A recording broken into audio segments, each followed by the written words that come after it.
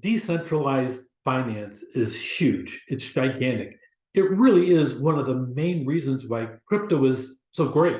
It's got a lot of different aspects of it, but we're talking about saving money and making planet Earth actually move at a faster rate, if you can actually believe that. Centralized finance, which is what we currently have, money's held by banks and third parties, and they facilitate the money movement between parties because they're nice people.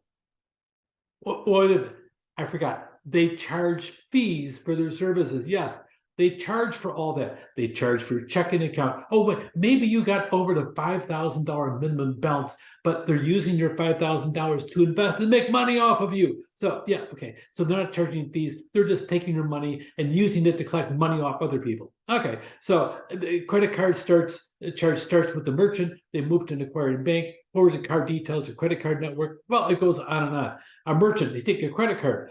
A credit card, you charge $100 on it. The merchant sees $97. The other 3% goes to the credit card company or the bank. You have a whole series of transactions that take place in the centralized finance, and it really adds a huge amount of financial burden to, well, all of us. And it just depends. I'll mention this later on too in the same presentation. The reality is it depends what article that you read and who's doing the research. I've read anywhere from it adds 28 to 34% on the entire world economy of having lawyers look at things, having CPAs look at things, accountants look at things, everybody else look at things except for the fact of making the transaction itself move forward. That being said, they're all there as third parties. They're not necessarily there as evil people or just trying to grab your money. You're using them to go back and double check everything. But if you had a DeFi app, one based upon smart contracts, this would change the whole thing. Centralized finance, the network clears the charge, requests payment from the bank. Each entity receives the payment for its services, and merchants must pay to use their credit cards and debit cards, and all these transactions, they're overseen by centralized finance, and that really is how our system is all set up. Now, let me be clear. The reality is we're talking billions of dollars are used to help pay for central finance.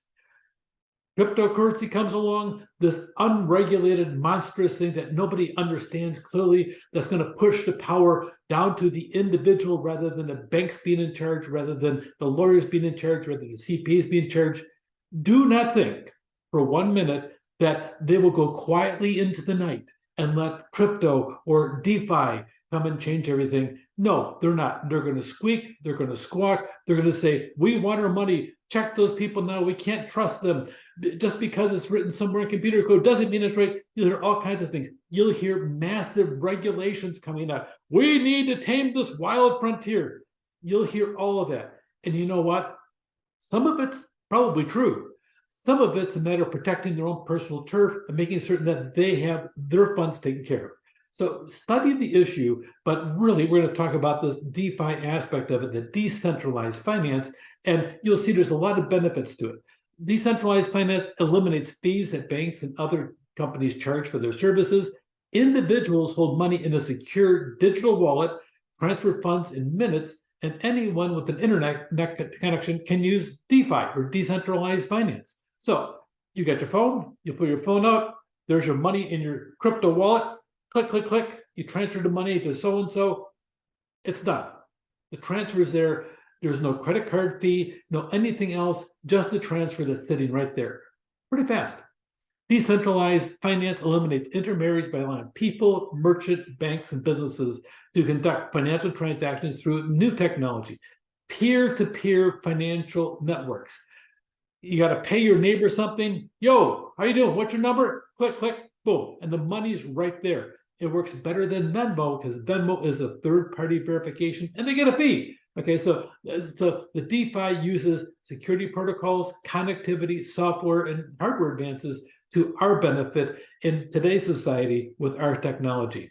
Here's a quote from Sebastian Mulvey. Of all things, he's the Paul A. Volcker Senior Fellow over at the Council on Foreign Relations.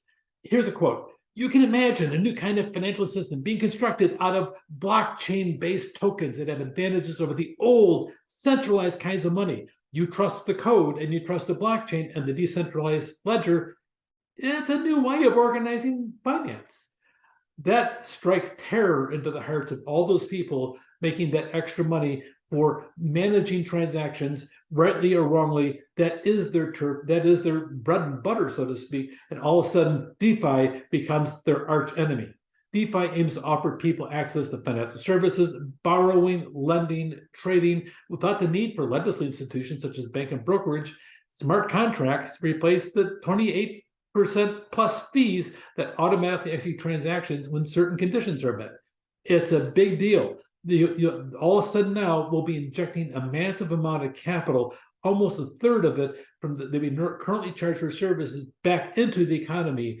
It'll be a whole different place, and it'll go faster, and it will also be more accurate, and also it'll be programmed to happen almost instantaneously. By the way, not just from your house to your next door neighbor's house, but your house to the house over in Bangladesh, to your house over in Thailand, from your house over in France, from your house over to whatever part of planet Earth. It happens with a push of a button on your phone. Very different than waiting 5 days for a check to clear or 10 days for a check to clear for some bank over in England that's going to transfer it over to France. It's going to transfer it finally over to Rome, Italy. Whatever the path may be, it can be done instantaneously rather than waiting in the process. DeFi is surging in popularity. Investors are pouring tens of billions of dollars into the sector. Most of them are really built on Ethereum. Ethereum is actually designed to handle this type of transaction, and Ethereum just changed from proof of work to proof of stake. So Ethereum is even more streamlined for this whole aspect of it. It's useful for tracking transactions. You have the blockchain technology, and you have that block in there. The only problem is we're going to have some issues of the speed of the whole technology, because it's a little bit slower than we currently have, but that's going to take time, and we'll see the time change is how fast it can be done as it expands in scale. So international trade is big. So with that, in the US, the Federal Reserve and Securities Exchange Commission, the SEC, defines the rules for central financial institutions like bank and brokerage, and DeFi challenges the system. And right now we see an onslaught by the Securities and Exchange Commission trying to pretty much stifle as much as possible of the cryptocurrency. And some people are trying to almost wipe it out altogether. We'll see what happens with that.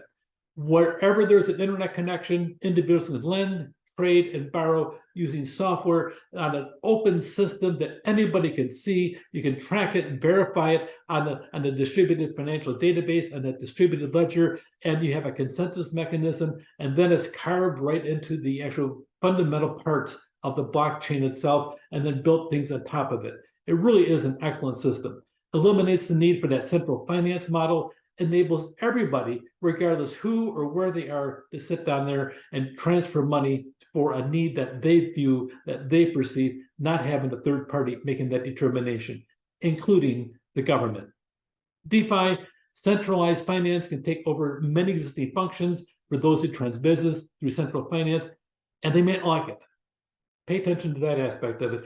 It can do the same work faster at less to no cost, and provide the user more control on the details of their finances. DeFi, a powerful tool that's going to sit down there and rock the foundations of many institutions here on planet Earth if we let it reign free. Take care.